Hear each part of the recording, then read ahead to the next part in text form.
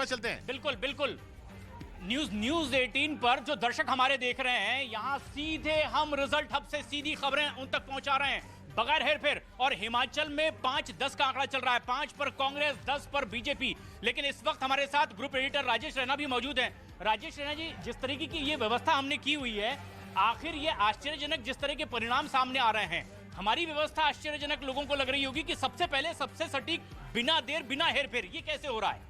देखिए, इसमें आश्चर्य की कोई बात नहीं है। हम हर इलेक्शन में ऐसा करते आ रहे हैं और पूरे दर्शकों को मालूम है कि हमारे अपने लोग इस वक्त सभी काउंटिंग सेंटर्स में तैनात हैं। देखिए, गुजरात में 37 काउंटिंग सेंटर है, तो हमारे 50 लोग हैं वहाँ पे।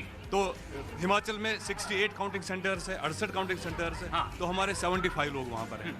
तो वो हमें पल पल की जानकारी वहाँ से दे रहे हैं। और काउंटिंग सेंटर से आपके स्क्रीन तक आने में सिर्फ 4 सेकंड का समय लगता है। यानी सिर्फ 4 सेकंड में सबसे सटीक, बिना देर बिना हेरफेर, ये तमाम हमारे वो सहयोगी यहाँ पर मौजूद हैं। प्रशांत, चेहरों की बात कर लेते हैं। बड़े चेहरे वीरेंद्र कंवर, ग्रामीण विकास मंत्री बीजेपी के आगे चल रहे हैं। घाटलोडिया से मुख्यमंत्री भूपेंद्र पटेल आगे चल रहे हैं। तो अमी याज्ञनिक जो है राज्यसभा सांसद कांग्रेस की, वो पीछे चल रही हैं। भूपेंद्र पटेल मुख्यमंत्री हैं। घाटलोडिया सीट, जिससे ब्रजेश ने कहा कोई भी खड़ा हो जाए जीत आगे ही रहता है, लेकिन बीजेपी आगे चल रही है। खबर ये, जामनगर उत्तर से कांग्रेस पीछे चल रही है, भूपेंद्र सिंह जाडेजा पीछे चल रहे हैं। वाघोडिया में गुजरात से निर्दलीय मधु श्रीवास्तव, बीजेपी के बागी, पिछली 6 बार के विधायक, पीछे चल रहे हैं। जी हाँ, ये पीछे चल रहे हैं। हालांकि वाघोडिया में ये कहा जा रहा था कि इन दोनों की वजह से, मधु श्रीवास्तव की वजह से बीजेपी को नुकसान होगा, लेकिन बीजेपी को नुकसान नहीं हो रहा है। अब रीवाबा जडेजा आगे चल रही हैं। रीवाबा जडेजा आगे चल रही हैं जामनगर में। जामनगर उत्तर से रीवाबा जडेजा आगे चल रही है। जी हाँ, और ये जो है सो आप ध्यान रखिए, क्रिकेटर रविंद्र जाडेजा की जो है सो पत्नी है। पिछले कुछ समय से बीजेपी में एक्टिव थी, इनको टिकट मिला, हालांकि स्थानीय विरोध था, बावजूद इसके वो आगे चल रही है। मुझे लगता है इंपॉर्टेंट फैक्टर है। हिमाचल प्रदेश में बीजेपी के कोषाध्यक्ष संजय सूद पीछे चल रहे हैं। कांग्रेस के चेतराम ठाकुर, पार्टी के प्रदेश महासचिव हैं, वो सराज सीट से पीछे चल रहे हैं, क्योंकि सराज सीट से मुख्यमंत्री जयराम ठाकुर आगे चल रहे हैं हिमाचल प्रदेश के आंकड़ों में। और हिमाचल के आंकड़े 11-7, देखिए बीजेपी 11 पर आगे है, आकृति बीजेपी 11 पर आगे, कांग्रेस 7। कांग्रेस को शायद यही हिमाचल से ही उम्मीद है।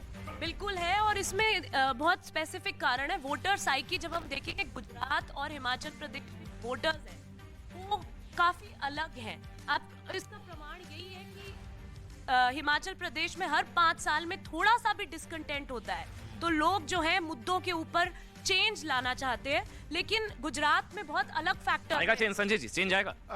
रिवाज देखिए इस बार बदल जाएगा, कोई चेंज नहीं आने वाला। भारतीय जनता पार्टी पूर्ण बहुमत से सरकार बना रही है कि जब नहीं, देखिए नो डाउट वहाँ पे गवर्नमेंट जॉब होती है और लोग प्राइवेट जॉब करते हैं। इसमें जामनगर की बात कर लेते हैं। जामनगर की 5 सीटों में 4 के रुझान आ रहे हैं, 3 पर बीजेपी आ गया और 1 सीट कांग्रेस से छीन रही है। अभी के रुझानों में 1 ही सीट पर कांग्रेस आ गया और 1 सीट जामनगर में कांग्रेस से छीन रही है बीजेपी।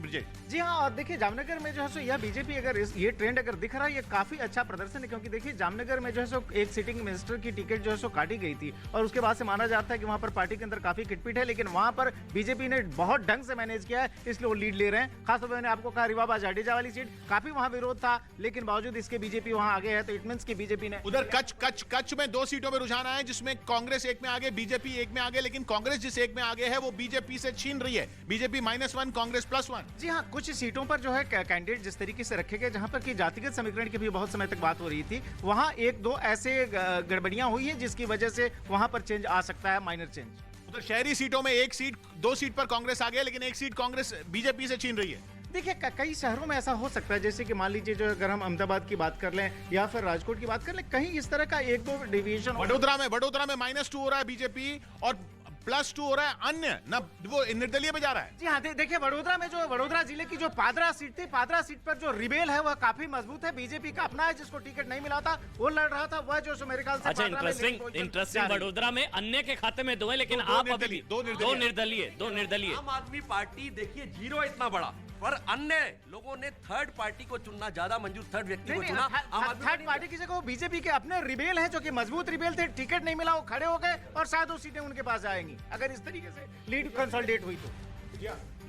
के मामले को ना तो हिमाचल प्रदेश में सुलझा पाई और ना ही वो गुजरात में सुलझा पाई। रहा है इन्हीं में रहिए, फिर भी सबसे आगे है, आप इन्हीं में उलझे रहिए। ठीक है, एक मिनट, हाँ बोलिए। मैं कह रही हूँ गुजरात में बागी कैंडिडेट फैक्टर जो है वो नुकसान पहुंचा सकता है बीजेपी को, जितना उम्मीद है उससे कम। अच्छा, हिमाचल में देखिए 9-12, हिमाचल में 9-12, 12 पर बीजेपी आगे, कांग्रेस 9 पर आगे। उधर गुजरात में 115 के रुझान, अब तक शुरुआती रुझान प्रोजेक्शंस जो हैं वो सामने आ चुके हैं। 85 ये बहुमत का आंकड़े से बहुत पास पहुंच गई है बीजेपी। 92 है बहुमत का आंकड़ा। शुरुआत मतलब और 15-20 मिनट में देखा जाए तो रुझानों में कम से कम बहुमत आने वाला है, शायद 7 सीटें और। देखिए 85 और 28 का फर्क आप देख लीजिए, स्थिति बता रही है। और आम का वहाँ खाता नहीं खुला है, गुजरात में क्लीन बोल्ड है। और रुझानों से सिर्फ 7 कदम दूर बीजेपी, रुझानों से और सिर्फ जी आम का सीजन नहीं है ना, इसलिए आम दिख नहीं रहा है। आम का सीजन नहीं है और फल है। अच्छा देखिए बहुमत हो गया भाई, बीजेपी को बहुमत, बीजेपी को बहुमत रुझानों में। शुरुआती रुझानों में बहुमत है। ध्यान रखिए, ये शुरुआती रुझान है। 95। देखिए कल भी हम लोगों ने देखा था एमसीडी में बहुत पहले बीच में रुझान में जो है कि बीजेपी आगे हो जा रही थी, तो इसलिए बोले कि रुझान में कुछ भी हो सकता है। अभी भी ये क्लीन स्वीप होगा गुजरात में, कहीं कोई संशय नहीं है। धरती पुत्र मोदी ये सबको धो संभवतः देंगे। 22 मिनट में पहली बार शुरुआती रुझानों में इतनी जल्दी बहुमत तो शायद पहली बार है, शायद संभवतः 22 मिनट। पोस्टल है। नहीं। लेकिन फिर भी यह एक मूड दिखाता है कि जो लोग पोस्टल बैलेट में से भी जो वोट करते हैं उनका मूड क्या है, एक तरह का लार्जर पिक्चर जो देता है। आप देखें 22 मिनट में बहुमत रुझानों में, प्रोजेक्शंस में। प्रोजेक्शन है ध्यान